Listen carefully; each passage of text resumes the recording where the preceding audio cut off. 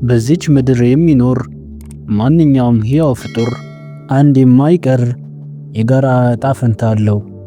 መወለድ፣ ማደግ፣ ማርጀትና በመጨረሻ መሞት።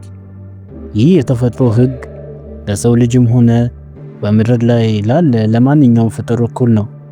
ነገር ግን ሳይንቲስቶችን ያስደነገጠና ይህን ለዘመናት የተፈጥሮ ሕግ የጣሰ አንድ ድንቅ ፍጡር በውቅያኖስ ጥልቅ ውስጥ ሆኖ ይገኛል። ይህ ፍጡር በንድፈ ሐሳብ ደረጃ አይሞትም ቢሏችሁ ታምናላችሁ? ዛሬ በትረካ አድማስ ስለማይሞተው የጄሊ ፊሽ አስገራሚ ሚስጥርና የዘላለም ወጥነት ምንጭ እናወጋችኋለን። እስከ መጨረሻው አብራችሁን ቆዩ። ግርግር በማይበዛበት በውቅያኖስ ጥልቅ ውስጥ ግን ይህንን የሰው ልጅን ህልም እውን ያደረገች አንዲት ትንሽ ፍጡር ትገኛለች። መጠኗ በጣም ትንሽ ነው። መልኳም ተራ ቢመስልም የያዘችው ምስጢር ግን መላውን ሳይንስ ሊቀይር የሚችል ነው። ይህቺ ድንቅ ፍጡር መጀመሪያ የተገኘችው በ1883 በሜዲትራኒያን ባህር ውስጥ ቢሆንም ልዩ ችሎታዋ ግን እስከ 1980ዎቹ መጨረሻ ድረስ አልታወቀም ነበር። በወቅቱ በጣሊያን የሚገኙ ተመራማሪዎች በድንገት አንድ የሚገርም ነገር አዩ። ጄሊ ፊሿ ስትሞት ከማየት ይልቅ ልክ እንደ ሕፃን ወደ ኋላ ስትመለስ ተመለከቱ። ይህቺ ፍጡር መጠኗ ከ5 ሚሊ ሜትር የማይበልጥ በውስጧ ቀይ ቀለም ያለው ሆድ ያላትና ግልጽ ወይም ትራንስፓረንት የሆነ አካል ያላት ናት። ነገር ግን በውስጧ ያሉት ሴሎች በዓለም ላይ ማንም ፍጡር የሌለው ሱፐር ፓወር አላቸው። ይህ ነገር እንዴት ነው የሚሆነው? አንድ ጄሊ ፊሽ ወደ ሕፃንነት ሲመለስ ምን ይፈጠራል? ሂደቱ ትራንስ ዲፍረንሺዬሽን ይባላል። አንድን የቆየ ሕንፃ አፍርሶ ወደ ጡብነት በመመለስ እንደገና አዲስ ሕንፃ እንደመገንባት ማለት ነው። ጄሊ ፊሿ አደጋ ሲያጋጥማት፣ ምግብ ሲያጥራት ወይም አካላዊ ጉዳት ሲደርስባት አካላዊ ክፍሏን በሙሉ ታቀልጣለች። የጡንቻ ሴሎቿ ወደ ስቲም ሴልነት ይቀየራል። ከዚያም እንደገና አዲስ የአካል ክፍል ይለወጣል። ይህ ሂደት በሰው ልጅ ላይ ቢተገበር ኖሮ አንድ የ80 ዓመት ሽማግሌ በሳምንት ውስጥ ወደ 5 ዓመት ሕፃንነት ተቀይሮ እንደ አዲስ ማደግ ይጀምራል ማለት ነው። በእርግጥ እቺ ጄሊ ፊሽ ብቻ አይደለችም ረጅም ዕድሜ የምትኖረው። በውቅያኖስ ውስጥ እስከ 400 ዓመት የሚኖረው ግሪንላንድ ሻርክ ወይም እስከ 200 ዓመት የሚኖሩት ግዙፍ ኤሊዎች አሉ። ነገር ግን እነዚህ ሁሉ መጨረሻ ላይ ይሞታሉ። የማይሞተው ጄሊ ፊሽ ግን ልዩ የሚያደርጋት ሞትን አዙሯ መመለስ መቻሏ ነው። በሌላ አዳኝ ካልተበላች በቀር ይህን ውደት ሚሊዮን ጊዜ ልትደግመው ትችላለች። ይህ ማለት አሁን የምናያት አንዲት ጄሊ ፊሽ ምናልባትም ከታላቁ የፒራሚድ ግንባታ በፊት ጀምሮ በባህር ውስጥ ስትመላለስ የነበረች ልትሆን ትችላለች።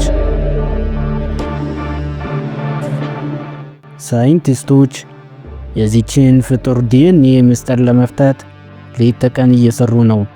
ግቡ የሰው ልጅ የማይሞት ማድረግ ላይሆን ይችላል፣ ነገር ግን እንደ ካንሰር፣ አልዛይመር እና መሰል የእርጅና በሽታዎችን ለመፈወስ ትልቅ ቁልፍ ይዛለች።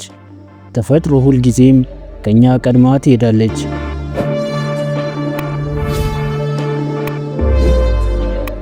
ይህች ትንሽ ፍጡር ሞትን የምታታልልበት መንገድ ለዓለም ትልቅ እንቆቅልሽ ሆኖ ቀጥሏል። ምናልባት አንድ ቀን የሰው ልጅ ከዚች ትንሽ ፍጡር ተምሮ እርጅናን የሚያሸንፍበት መንገድ ያገኝ ይሆን? ተፈጥሮ ሁልጊዜ ከኛ ቀድማ ትሄዳለች። ይቺ ፍጡር የምታስተምረን ነገር ቢኖር ሕይወት እኛ ከምናስበው በላይ ጥልቅና ሚስጥራዊ መሆኑን ነው። እናንተስ ምን ትላላችሁ? ይቺ ፍጡር ለሰው ልጅ የዘላለም ዕድሜ ቁልፍ ልትሆን ትችላለች? አስተያየታችሁን በኮሜንት ላይ አስፍሩልኝ።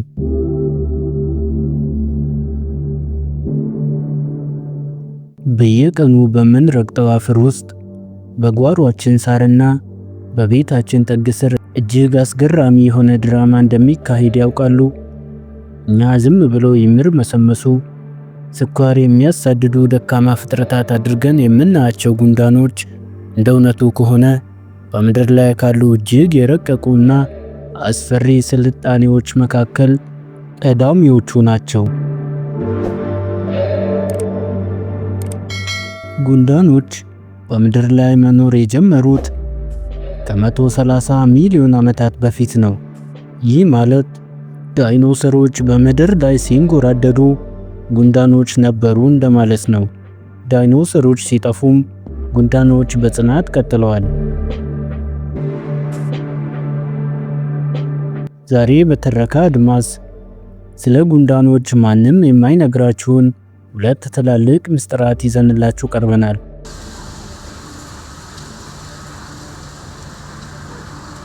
እንደ ሰለጠነ የሰው ልጅ ሰራዊት ጦርነት የሚዋጉበትን ድንቅ ስልትና የሰው ልጅ ሳይጀምረው ከሚሊዮን ዓመታት በፊት የጀመሩት እርሻ በዝርዝር እንመለከታለን።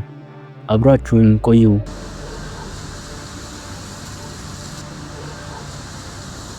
ጦርነቱንና ግብርናውን ከመመልከታችን በፊት ጉንዳኖች እንዴት እንደሚተዳደሩ ማወቅ አለብን። የአንድ ጉንዳን ሰራዊት አንድ ትልቅ ሱፐር ኦርጋኒዝም አለው። እያንዳንዱ ጉንዳን የራሱ ሥራ አለው። ንግሥቲቱ የሰራዊቱ ማዕከል ስትሆን ሥራዋ መውለድ ብቻ ነው። አንዳንድ ንግሥቶች እስከ 30 ዓመት ሊኖሩ ይችላሉ። ሰራዊቶቹ ደግሞ ሁሉም ሴቶች ሲሆኑ ምግብ መፈለግ፣ ጎጆ መገንባት እና ሕፃናቱን መንከባከብ የነሱ ፋንታ ነው። ወታደሮቹ ደግሞ ግዙፍ ራስና ጠንካራ መንጋጋ ያላቸው ሲሆኑ ስራቸው ጎጆን ከጠላት መከላከል ነው። ይህ ሁሉ ሥራ የሚከናወነው ያለምንም መሪ ወይም ትዕዛዝ ሰጪ ነው። ሁሉም የሚግባቡት ፌርሞን በሚባልም የኬሚካል ሽታ ነው። አሁን ደግሞ ወደ አስገራሚው የጦርነት ስልታቸው እንለፍ። ጉንዳኖች ልክ እንደ ሰለጠነ የሰው ልጅ ሰራዊት ታክቲካዊ ውጊያ ያካሂዳሉ። ጦርነት የሚጀምሩት ለግዛት ፍለጋ ወይም ለምግብ ምንጭ ነው። ውጊያው ከመጀመራቸው በፊት ሰላዮች ይልካሉ። እነዚህ ሰላዮች የጠላትን ብዛትና ጥንካሬ አጥንተው በሽታ መረጃ ያስተላልፋሉ። በግንባር ቀደምትነት የሚሰለፉት ወታደር ጉንዳኖች ጠላትን በመንጋጋቸው ይቆርጣሉ ወይም ፎርሚክ አሲድ የተባለ መርዝ ይረጫሉ። የሚገርመው ግን በአንዳንድ ዝርያዎች ውስጥ ጠላት ሲበዛባቸው ጉንዳኖቹ ሆዳቸውን ያፈነዱታል። በዚህ ጊዜ የሚወጣው የሚጣበቅና መርዛማ ፈሳሽ ጠላትን አሰናክሎ ይገድላል። በተጨማሪም ጉንዳኖች ጠላታቸውን ከየአቅጣጫው በመክበብ የማምለጫ መንገድ የመዝጋትና የከበባ ጥቃት ስልትን ይጠቀማሉ።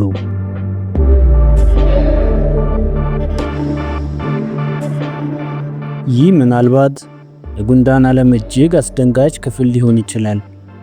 ባሪያ ፈንቃይ ጉንዳኖች የተባሉ ዝርያዎች አሉ። እነዚህ ጉንዳኖች የራሳቸውን ሥራ አይሰሩም። ይልቁንም የሌላን ደካማ ዝርያ ጎጆ ይወራሉ።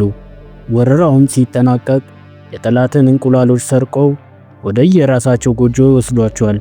እነዚህ እንቁላሎች ሲፈለፈሉ የተወለዱበትን ጎጆ ሳይሆን የጠላቶቻቸውን ጎጆ እንደ ቤታቸው አድርገው እንዲቀበሉ ያደርጋሉ። እድሜ ልካቸውን ለጠላቶቻቸው ምግብ ሲፈልጉና ንግሥቲቱን ሲያገለግሉ ይኖራሉ።